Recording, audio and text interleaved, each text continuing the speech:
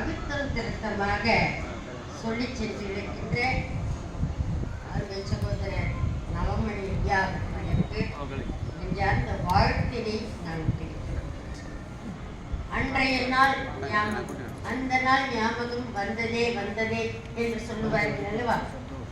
அது போல அன்றைய நாள் ஞாபகங்கள், அதிலும் குறிப்பாக என்னுடைய அப்பா இந்த கோவிலிலே பல முறை சொற்பொழிவு ஆட்சி, அதோடு மட்டுமல்லாமல் எல்லோருக்குமாக ஒரு நினைவினை ஏற்படுத்த வேண்டும் என்று சொன்னார். 1980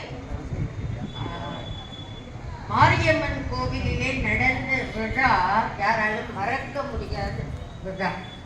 அதிலே பட்டாசு வெடித்து ராக்கெட் போகும்போது நான் எல்லாம் 5வது படித்துக் கொண்டிருந்த அப்பா மேடையிலே இருக்கின்றார்.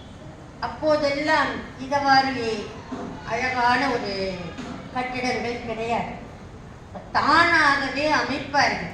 மேடை என்பதை தானே அமைத்துக் கொள்வார்கள்.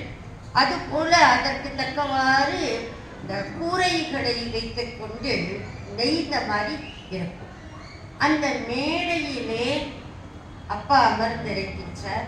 கலை நிகழ்ச்சிகள் எல்லாம் நடந்து கொண்டிருக்கின்றது. அந்த சமயத்திலே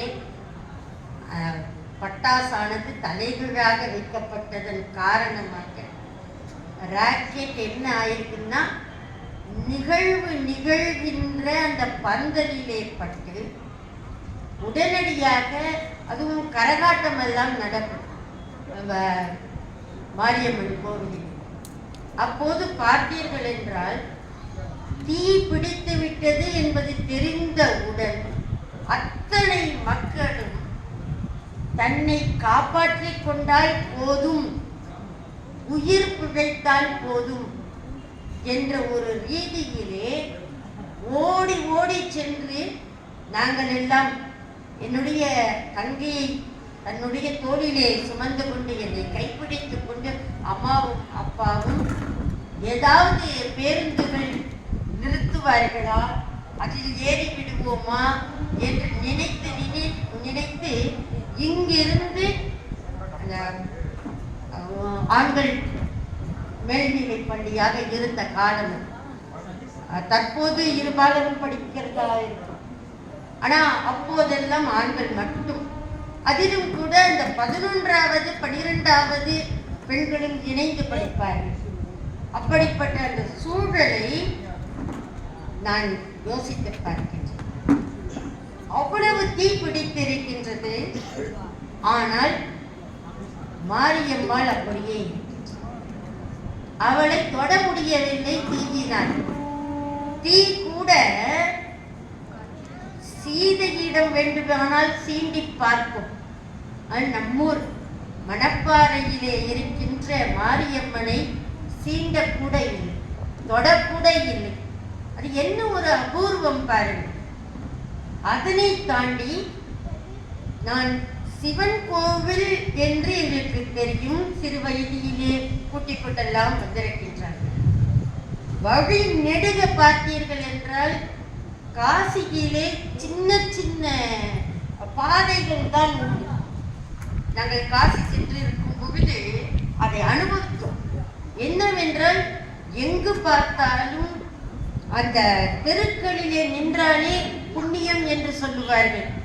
ஆனால் அந்த தெருக்கள் முழுவதுமே காரி காரி துப்பிய அந்த போதை வஸ்துகள் தான் அதிகமாக இருக்கும். எல்லா கடைகளிலும் அதையெல்லாம் விற்று தீரும். ஆனால் இங்கேயும் அழைத்து வந்தார். எப்படி என்று சொன்னார், நீங்க சின்ன தெருவாத்தா இருக்கும், ஆனா உள்ளே வந்த பிறகு பாருங்கள் அம்மா, மிக அருமையான கோவில். அதையும் தாண்டி காலியாக இருக்கின்ற நாற்காலிகள் எல்லாம் அழகாக மக்களால் நிறைவு செய்யப்படும் என்று சொன்னார். நிச்சயமாக எனக்கு எதிரிலே சிவன் இருக்கின்றார். அதுவும் நாகநாத சுவாமி இருக்கின்ற, அதற்கும் நமக்கு அடுத்த பக்கமாக பார்த்தீர்கள் என்றால் அழகான மடிசார் கட்டிக்கொண்டு மங்களாம்பிகை என்னளவாக இருக்கின்றாளோ என்று நான் பார்த்து கொண்டேன். ஏனென்றால் அளவிலே நான் சிறியவள் தான். அதாவது மாதுளாம்பிகையை பார்க்கும் பொழுது உண்மையாகவே என்னையும் நான் நினைத்துக் கொண்டேன். ஏனென்றால் முன்காலங்களில் எல்லாம் அந்த அளவு குறைவு என்பதனை யாரும் பொருட்படுத்துவது இல்லை. இன்றுதான் ஆஜான பாடுவாக வளர்ந்திருக்கின்றனர். ஏனென்றால் அந்த காலத்து அக்ரகார வீதிகளிலே நீங்கள் பார்த்திருந்தால் உள்ளே வரக்கூடிய கதவு மிக மிக சிறியதாக இருக்கும். உள்ளே வருபவர்கள் எல்லோருமே கதவுக்கும் மதிப்பளிக்க வேண்டும், உள்ளே இருக்கின்ற பெரியவர்களுக்கும் மதிப்பு அளிக்க வேண்டும் என்ற காரணத்தினால் அழகாக குனிந்து சென்றார். தற்போதெல்லாம் அப்படியெல்லாம் இல்லை. நெஞ்சை நிமிர்த்திக் கொண்டு செல்லுகின்ற பாங்கிலே இரு பாலருமே இருக்கின்றனர். ஒரு நீங்கள் ஆன்மீக சொற்பொழிவினை செய்ய வேண்டும் என்று அருமை சகோதரர் கேட்டவுடன், நான் யாரிடமாக இருந்தாலும் ஒரு நிகழ்ச்சியை செய்யுங்கள் என்று சொன்னால் கேட்டவுடன் எந்த நாள் என்பதனை கேட்டுத்தான் முடிவு செய்வது வழக்கம். ஏன்னா ஒரே நாள்ல 10 இடங்களிலே நான் கொண்டோம் என்றால் எந்த இடத்திலே சிறப்பாக செய்ய முடியும். அப்படி இல்லாமல் நிச்சயமாக என்னை அழைத்திருக்கின்றார் ஈசன்.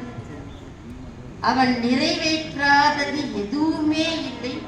நாம் நினைத்ததை எல்லாம் நிறைவேற்றி கொண்டே இருப்பான் ஈசன் என்ற தலைப்பிற்காக இங்கே அருணகிரிநாதரின் இசை விழா என்றாலும் கூட நாங்கள் ஈசனை மையப்படுத்தி, அவனின்றி ஓர் அணுவும் அசையாதல்லவா